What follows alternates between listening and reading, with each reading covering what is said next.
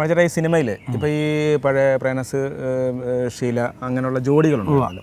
അപ്പോൾ അങ്ങനെയുള്ള ഒരുപാട് സിനിമകളും അതിലെ പ്രേമരംഗങ്ങൾ ഇപ്പോഴത്തെ സിനിമകളിലെ പ്രേമരംഗങ്ങളുള്ള ഒരു വ്യത്യാസങ്ങൾ ഒരുപാട് വ്യത്യാസങ്ങളുണ്ട്. എങ്കിലും ഈ പഴയ ഇപ്പം ബെൽബോട്ടം പാണ്ഡുവൊക്കെ ജയൻ സാറിൻ്റെ സംഭവങ്ങളാണെങ്കിലും അതൊക്കെ ഇപ്പം കാണിക്കുമ്പോൾ സ്ക്രീനിൽ കൈയിടില്ല.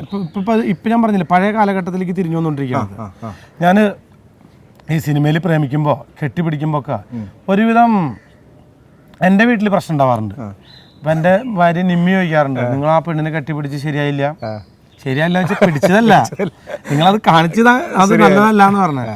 അത് ഏതൊരു ഭാര്യയ്ക്കും അങ്ങനെ വിഷമം ഉണ്ടാവും. കാരണം സ്വന്തം ഭർത്താവ് വേറൊരു പെണ്ണിനെ കെട്ടിപ്പിടിക്കുമ്പോൾ ഭയങ്കര പ്രശ്നമായിരിക്കും, അവർക്കൊരു ഈഗോ അടിക്കും. അപ്പം അതുകൊണ്ട് തന്നെ ഒരുവിധം നന്നായിട്ട് കെട്ടിപ്പിടിക്കുന്ന രംഗങ്ങളുണ്ടെങ്കിൽ ഞാൻ സിനിമ കാണിക്കാൻ കൊണ്ടുപോകാറില്ല.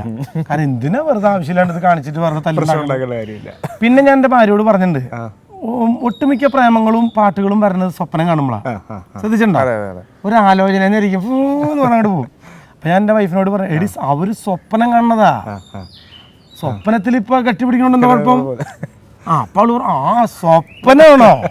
ഞാൻ വിചാരിച്ചു അല്ല, സ്വപ്നാണെങ്കിൽ ഇത് ഷൂട്ട് ചെയ്യുന്നുണ്ട്. അപ്പോൾ ഞാൻ റെഡി ഇതൊക്കെ ഇങ്ങനെ കെട്ടിപ്പിടിക്കുമ്പോൾ ഒരു കാര്യം മനസ്സിലാക്കുക, മലയാള സിനിമയിലല്ല ഏത് സിനിമയിലായാലും ഒരു നടിയെ കെട്ടിപ്പിടിച്ച് അഭിനയിക്കുന്ന രംഗം എടുക്കുമ്പോൾ ഒരു നാട്ടിലുള്ള ഒരുവിധപ്പെട്ട ജനങ്ങൾ മുഴുവൻ ഇത് കണ്ടുകൊണ്ടിരിക്കുക. പിന്നെ നമ്മുടെ യൂണിറ്റിൽ വർക്ക് ചെയ്യുന്ന യൂണിറ്റിലെ അംഗങ്ങൾ, ക്യാമറ വർക്ക് ചെയ്യുന്ന ആൾക്കാർ, ആർട്ടിലെ ആൾക്കാർ, എല്ലാ ആൾക്കാരും ഈ കെട്ടിപ്പിടിച്ചുകൊണ്ടിരിക്കുമ്പോൾ ഇത് ഇത്ര അടുത്ത് നിന്നിട്ടാണ് ഇത് കാണുന്നത്. അപ്പം നിങ്ങൾ പ്രേക്ഷകർക്ക് എന്തെങ്കിലും സംശയമുണ്ടെങ്കിൽ അത്തരത്തിലുള്ള ഒരു സംഭവങ്ങളും ഈ കെട്ടിപ്പിടുത്തത്തിൽ കൂടെ ഉണ്ടാവില്ല. നിങ്ങൾ അതിനെപ്പറ്റി പേടിക്കും വേണ്ട. ഇനി ഇതേക്കുറിച്ച് ദൈവം ഇങ്ങനെ ഇവരൊക്കെ എന്ത് ഭാഗ്യവന്മാരാ, രാവിലെ ചില കെട്ടിപ്പിടിക്കുക പാടി അഭിനയിക്കുക. അപ്പൊ അങ്ങനെയുള്ള സംശയങ്ങളൊന്നും വേണ്ട. ഇതൊരു തൊഴിലിന്റെ ഭാഗമായിട്ട് മാത്രമാണ്, അല്ലാതെ വേറെ ഒന്നുമില്ല. അപ്പൊ ആ സംശയത്തിനുള്ള മരുന്ന് ഇത് കാലത്തും വൈകുന്നേരം 2 നേരം വെച്ച് കഴിക്കാം. ചില ആൾക്കാർ പറയും അങ്ങനെ കെട്ടിപ്പിടിക്കുക, അതൊക്കെ കമ്പ്യൂട്ടർ ടെക്നിക്കാണ്.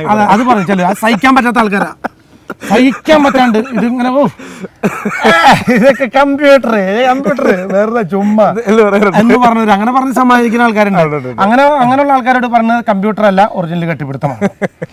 അപ്പോൾ ഈ സ്നേഹത്തിന്റെ കാര്യം പറഞ്ഞപ്പോഴാണ് മണിച്ചേട്ടാ ഒരു പാരഡി തന്നെ മണിച്ചേട്ടൻ നേരത്തെ പാടിയിട്ടുണ്ട്. ആദ്യം അടിപൊളിയായിട്ട് നല്ല പിന്നെ കാലൊടിഞ്ഞ് കിടം തിരുമുകാര അത് നാദശയുടെ കേസല്ലേ? കാലൊടിഞ്ഞ് കിടന്ന കിടപ്പിലി കാക്കയിരുന്നു വിരുന്നു വിളിച്ചു, തിരുമുകാര വന്നാട്ടെ, തിരുമുകാര വന്നാട്ടെ. എന്നിട്ട് വാദമാണ് വരുന്നതെങ്കിൽ